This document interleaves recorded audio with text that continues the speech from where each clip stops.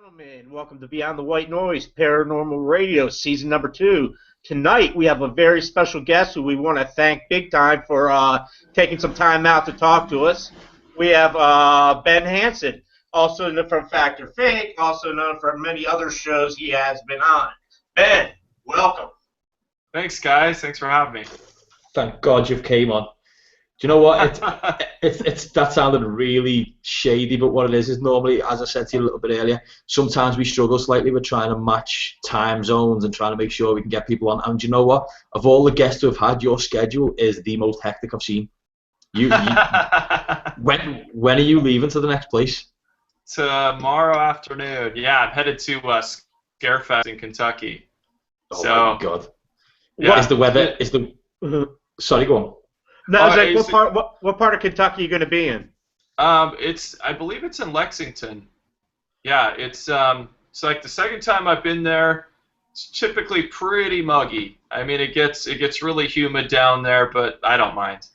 For the listeners in the UK, what muggy means is what Britain doesn't have. It's called warm weather. We don't get to choose that, unfortunately, but nevertheless, we live with what we've got, right? So you get the humidity and the fog and all that, but not the we don't warmth to go with it. We don't get humidity. We just get rain. rain and miserable British people. But it is what it is over this side. Nevertheless, I mean, you, from what I could see before, you've got a lot of Paracons and a lot of conferences that you've got planned and have done so far.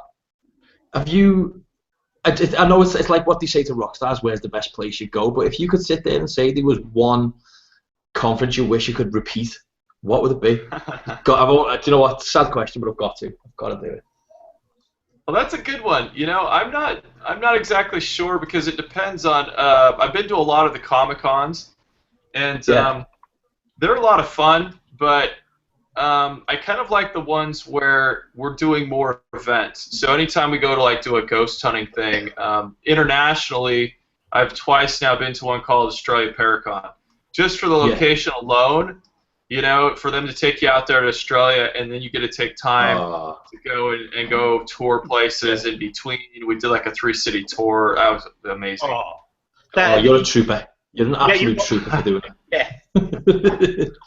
You're a trooper. Get paid to travel the world, man. You can't beat that with a wooden stick, man. But I do have a question real quick, though, man. Your background, FBI agent, I find that the most interesting. Now, how you don't come up, you don't remind me of like your typical like J. Edgar Hoover kind of FBI guy. You know, what were you involved with the FBI prior to get involved with the paranormal? Well, I was interested in the paranormal and that whole thing well before I got into law enforcement. I mean, some people, not going to say who, we all know, some people, they get on TV, they just want to be on TV, they want to be actors, they kind of choose them and like, oh, suddenly I'm interested in the paranormal, right? You know, because that's what you do if you want to host the show. Well, I really legitimately was a nerd. You know, when I was a kid and I was into the UFO stuff, and but you know, growing up, you're like, you can't make a living out of that. You can't just go around and unless you're writing books continuously or like continuously appearing on TV shows. So, anyways, I got interested in law enforcement when I was about high school. So my degree was in criminology, you know, in college, and started working in child sex crimes investigations and all that. So I like to think of it never really leaving it because I still might go back to work for them or another agency.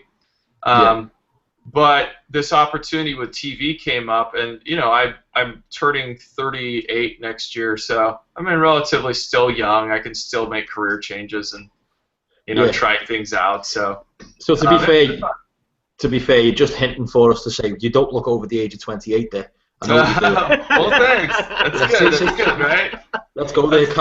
California sun works for you. I can give you that. Well, if you get gray hair, you lose the hair and all that, but I do have a younger look, which is okay, I guess. Yeah, you do well. You do well. Right, just one thing I need to ask. Out of 2 seasons and 36 episodes that you've done with Fact or Faked, and obviously it's took you to some really weird places and it's took you through some really out there topics. There was a few that I think was one of your favourites that I did read, that the lady in Britain who disappeared into a bed. Yeah. I know on air you got to the bottom of it. Off air, were you satisfied with the results that you got from that? I hope it didn't come off as that we got to the bottom of it, because I didn't feel like we did at all. I mean, we showed how I think we could have replicated the video if we were going to fake it. Yeah. But I by no means think that's what happened. My conclusion is that she's telling the truth. They weren't involved in a hoax. Husband possibly could have done it, but that would be the most cruel thing that any husband would ever do. Explain real quick for our watchers what exactly happened in a nutshell. I believe the town is I want to say Droitwich. Is that it's down? I remember we went to the Stratford upon Avon. Yeah. You know, the theater there. So she lives in that area, and she had kind of a classic UFO sighting, and I say classic meaning she saw a saucer-shaped object. It was floating over a field. She looked out her kitchen window. This was kind of in the middle of the night. She got up to go to the kitchen, and as she goes back to her room, she tried to wake her husband up, and he wouldn't wake up. So she lay down and swears she didn't fall asleep. She says she was totally conscious, but the next thing she knows, she experiences her body floating above the bed and kind of being transported to all of a sudden this other room where she has kind of the classic abduction examination, right? Yeah. So horrible things are kind of happening, and she then finds herself in her bed in the morning and doesn't actually remember this until later. Yeah. Everything that's taken place, and she's really traumatized. Asks her husband to do something. Like, she was so scared that she was tying a string from her wrist to his wrist so he would wake up.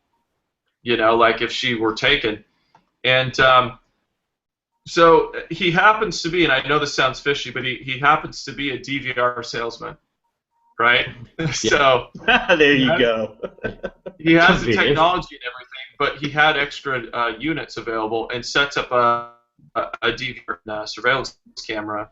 Yeah. In the bedroom. Says, okay, well let's see if there's anything happens. So a couple days go by, nothing happened until she woke up and felt like something strange. Just felt weird. Maybe something happened the night before. So she reviews the tape, the DVR, as he goes to work. Yeah. And that's where you see this video. It's on YouTube. You can go on there. Just Google UK disappearing woman mattress. Something like that will come up. Okay. And you'll see her disappear and dissolve, it looks like, into the mattress.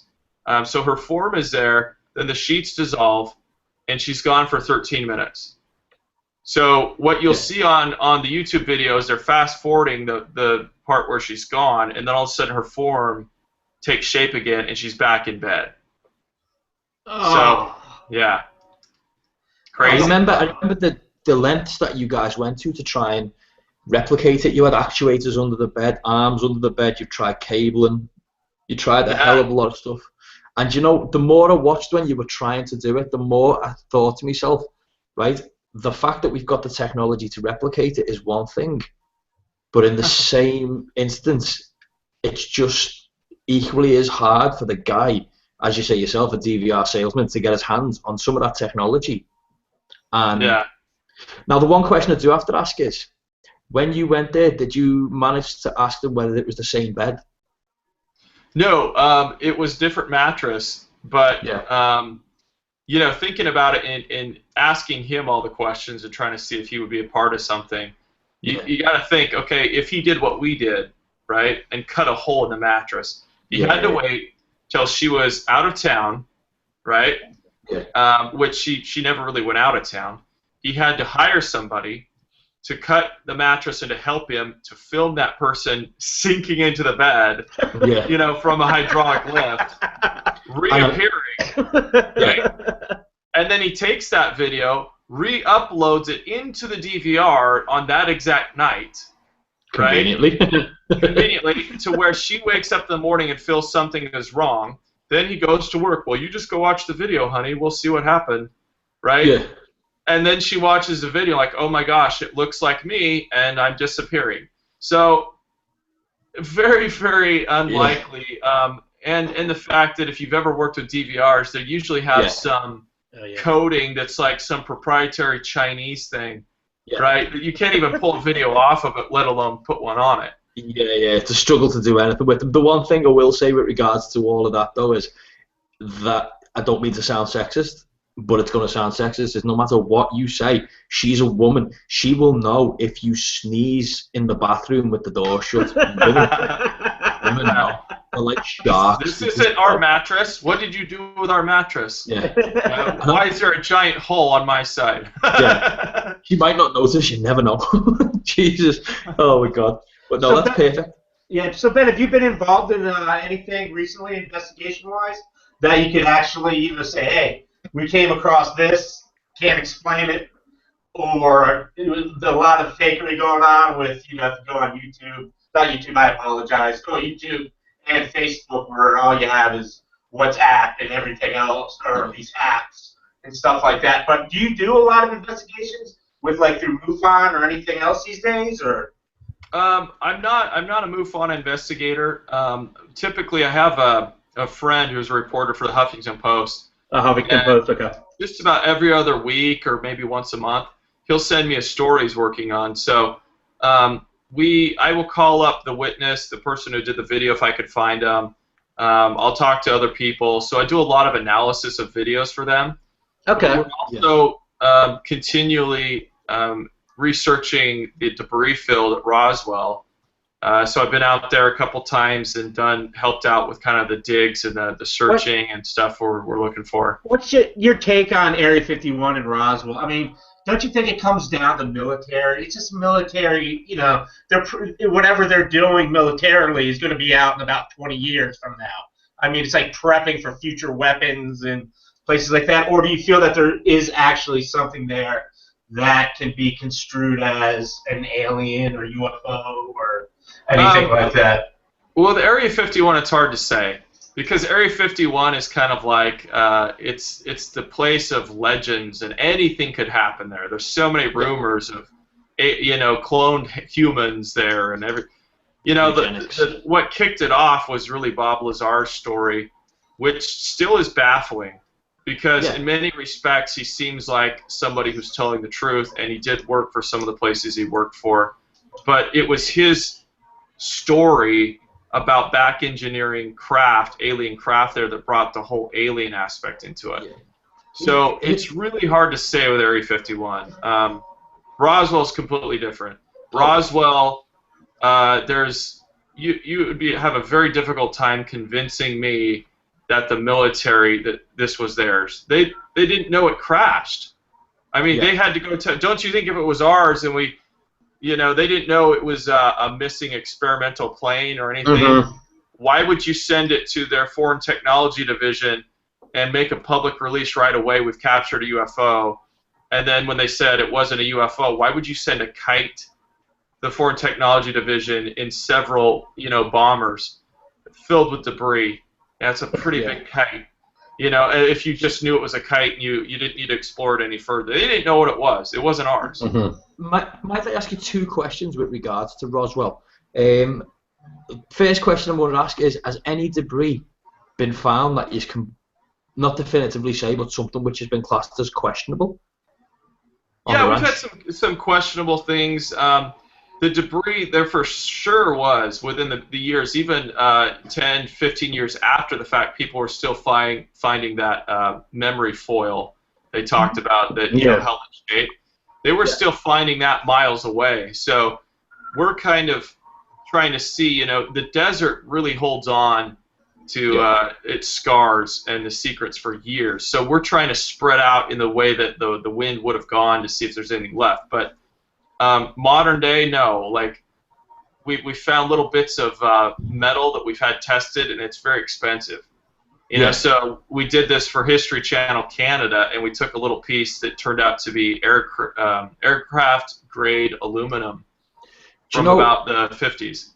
If you were to be an absolute swine, this is just aimed at your, obviously the government's on your side. If you wanted to create misinformation for something like Roswell, the best thing you could do would be to just throw a little bit of debris around and say, oh, look, it's aviation parts, and you'd instantly cover up something which is there. But there is one thing which was found in Roswell. Is it the Roswell Rock? It's got its own magnetic field. I think I've heard something about that. Yeah. I mean, Giorgio Tsoukalos has been looking into it quite a lot recently, and it's got its own magnetic field. It's just a rock with a weird carving on it, and they've tried to replicate it, and they can't replicate it, and it's weird. It's just an odd pebble. So I don't know if you were aware of it. I haven't looked into it too much, but I know most people who go down there aren't even at the right site. That's funny, actually. That doesn't surprise me. Well, it's a guarded secret pretty much, because there are places that are close that they say this is the debris field, but the debris field is nearby, but it's not right there. And because of the reason you said, people have actually taken, and we believe by people is probably the military, when they hauled out just truckloads of dirt, they were told to take anything that was anything alive, like the sagebrush, everything they could, just taking it out of there. And then we found nails, just places where people had thrown a ton of nails in one place, and we believe that was to discourage people from metal detecting, just to give them false readings everywhere. Yeah, see, that will not surprise me. I mean, if you, as I said before, if you wanted to discredit something, what you'd do is place something there to discredit. Yeah. Now, we've never really had a show on the VidCast with regards to ufology, not by any stretch. Only reason being is, I mean, I've always been an enthusiast, but we haven't always had the chance to, so we've never had an opportunity to speak to somebody with regards to it.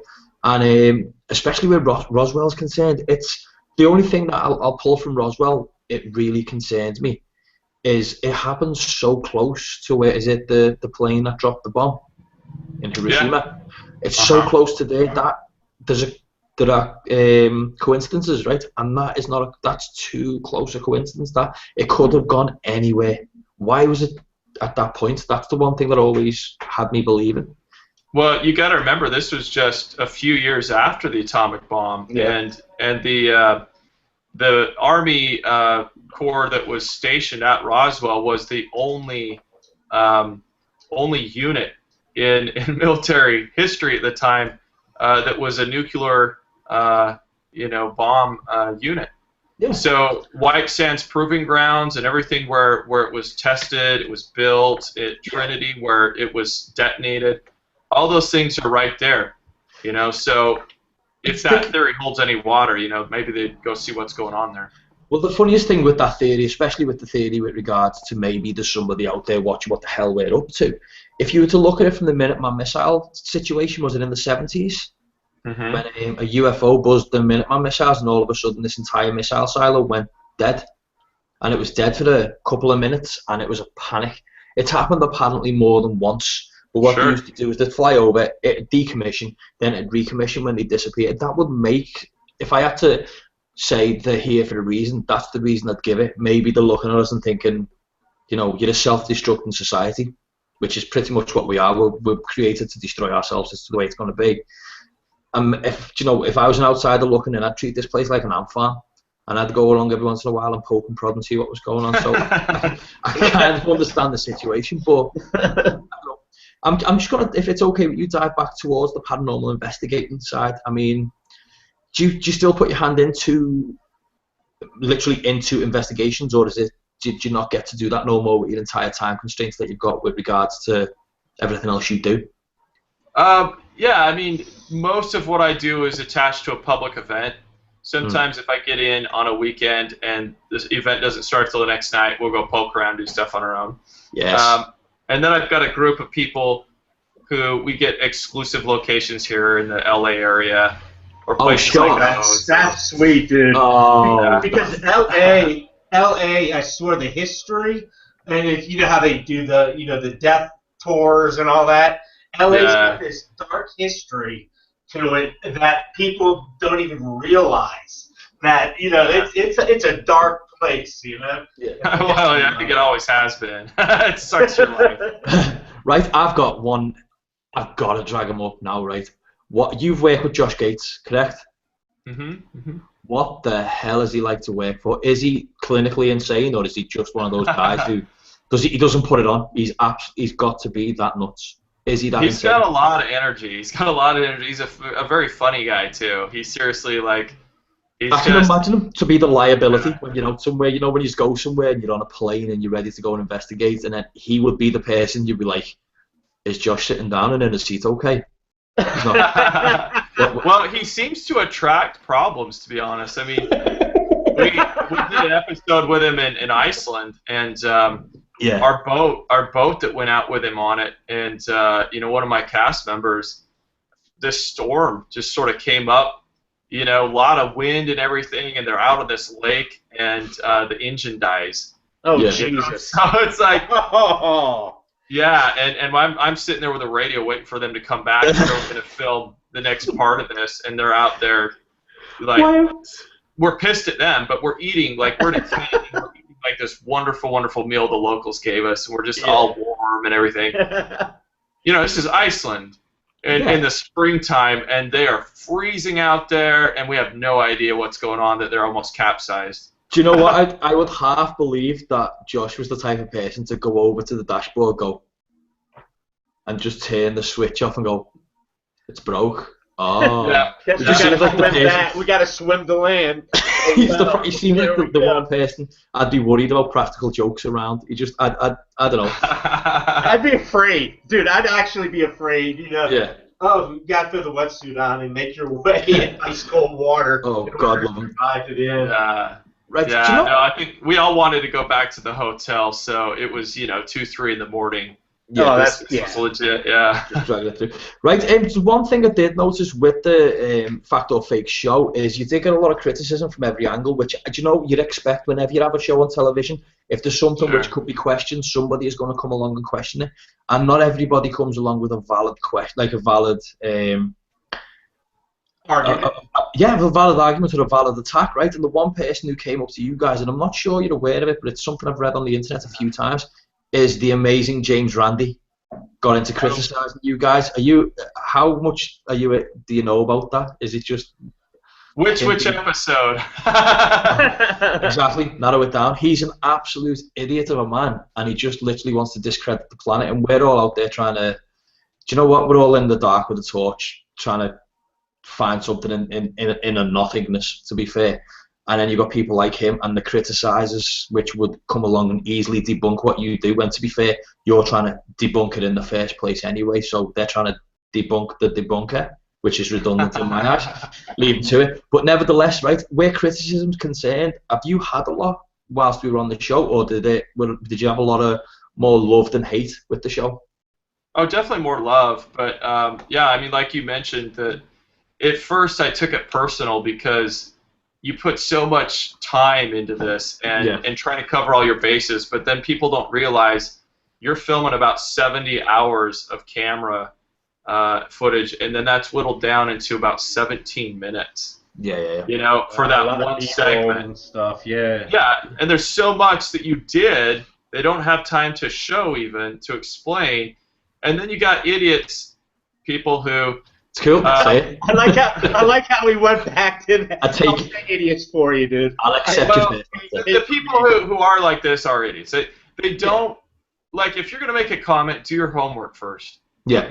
Don't think you're the most creative person, the first person to come up with this and see this. Go see what else is written on the forums. Yeah. Go see if this has been addressed. What I would do after every episode, if there was something that had a lot of questions, is I would go back and I'd sometimes put my actual notes, the mathematical formulas, how I figured things out, and to try and answer questions. But I can't do that, for every, Joe that wants to know more about it when it's been done, right? Yeah. And so that's frustrating. Plus, when you have, people who have absolutely no background in that, like say ufology, they don't know the first thing about the millions of reports or the historic cases, I don't even want to talk to you yet. You know, Yeah, go do your homework, go read on things. Don't just armchair quarterback and make comments and say it can't be this way because I say so. Yeah, do it properly. Yeah, you actually got to know about it before you can, you know, even have an opinion. I can imagine it to have been an absolute struggle with stuff like that. I mean, people are always going to have their own narrow-minded, stupid opinions. But do you know what? If you don't hit it with an educated, and it sounds horrible because all we can do is an educated guess. If you can't give something an educated guess, then don't guess. It's the simple answer. But I know we're coming close to the close now, but I've got to ask you a couple more questions if it's okay. The first one is, if you could put a price on the amount of equipment that you guys used on an average investigation, whether it be paranormal, whether it be looking into ufology, whatever it was, and you had to put all your kit in a big room and say that's how much it cost, what would you say the cost was on your gear? Got to ask that. Including the stuff that we use for experiments? Yeah. I mean, like to replicate?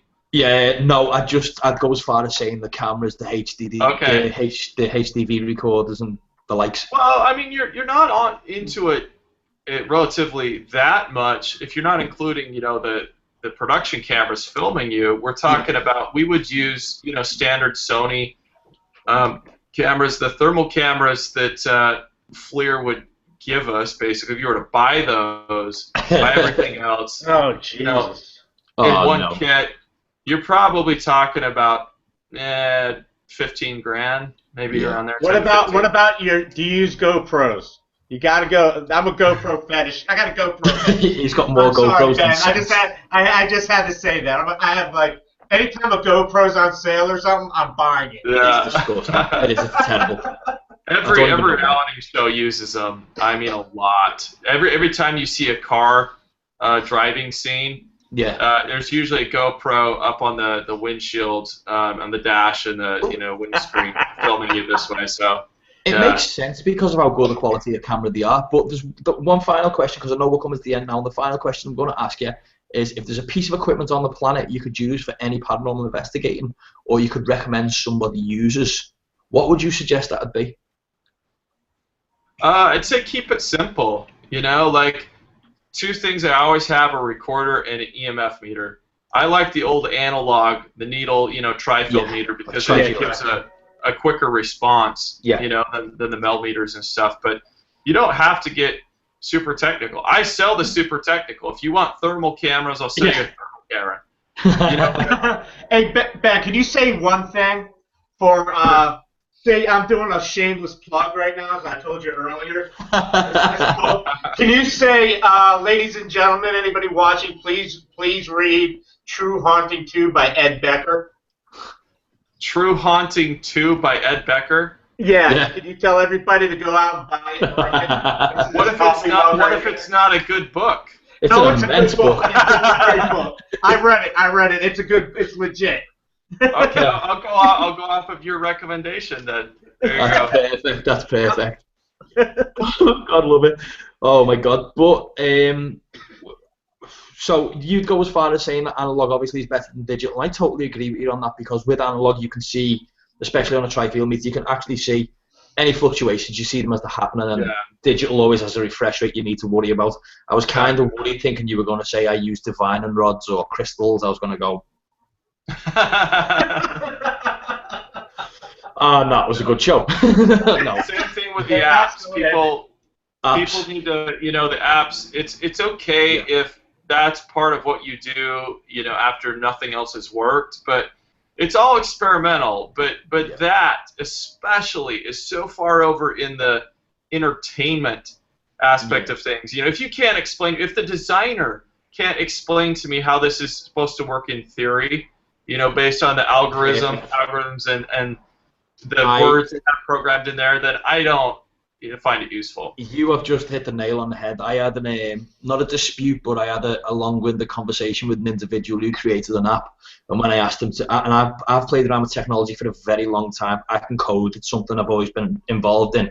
And when I asked him to explain how his app pulls results, he pretty much said to me, imagine a magic 8-ball. And the second he said that, I just went,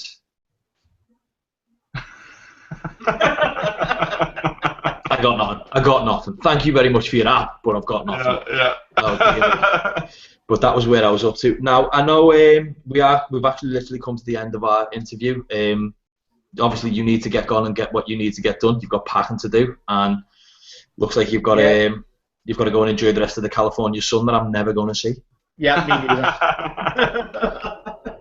Yeah, but again, but Ben, I do want to thank you immensely for coming on to get on the show and listen to Mo and I rant and talk about this, talk about that. But nah, I really want to thank you big time from the bottom of our hearts. You're welcome. Thanks, guys. Do you know what? Just one more thing. You're going to hate me for this, right? Somebody's posted the question in the chat room. My God, I totally and utterly missed it. The Black Forest haunting.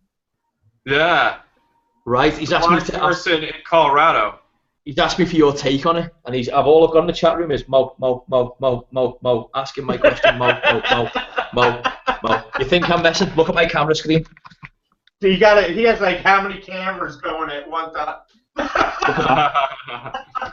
I think he's got a question. Black Forest in Colorado is one really creepy place.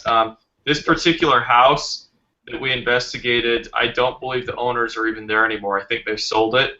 Half of the high strangeness he was telling us about didn't even make the cut. So we're not just talking about these strange undulating, lights and orbs and stuff. We're talking about full-on like UFO craft landing, in the backyard, and then military-looking men like hiding behind trees and approaching the house. Weird stuff. Man, in that situation, real quick, I know we got to end. Being in the FBI, come on, do you think that really exists? I mean, I'm sure, like the Men in Black. What's your take, real quick, before we shut down? So it's not a simple answer. I think that in the beginning, in the 50s and 60s, there probably were many agencies, not one central one, who probably had people to go out and investigate, and so they dress in a dark suit. I don't know if there's a standard wardrobe they wear,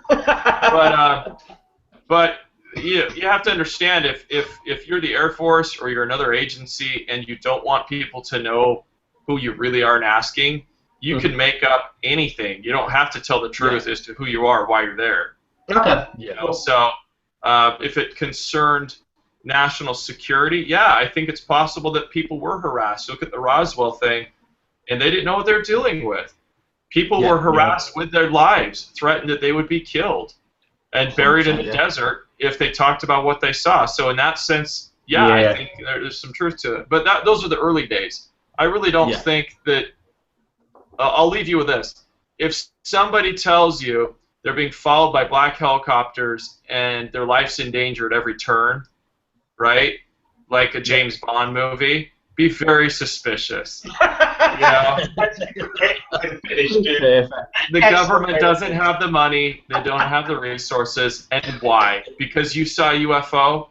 They're afraid you're going to go into a forum and talk about your sighting? Come on. I mean, if they don't already believe, they don't believe former presidents and military officers and pilots. If they don't believe that, they're not going to care that Joe saw one Saturday night. Perfect. Right? Is there anything that you'd like to plug? Is there anything you've got up and coming that you want to let the world know about? Well, hey, if you're an organizer there in the UK, I'd love to come over. We've come very close to doing events over there, including Comic-Cons. Comic-Cons, we have a few lower down the country, but we do have people. I do know of a few people who do stuff like that. So what I will do is I will mention it to them for you 100%. Yeah. But before I go any further, I've got to ask you the fact or fake question, right? And the fact or fake question is Black Forest. Fact or fake? I'd say fact. There's some really strange stuff going on there. Yeah, I don't know exactly what it is though. Good. I would never have lived it down if I'd never asked you that question. The lad in the chat room would have lynched me. But nevertheless, Ben, again, thank you very much for coming on. It's an absolute honor to be able to speak to you. Brilliant. You're welcome. Thanks again. See you again soon. Bye bye. All right. See you. Bye. Bye bye.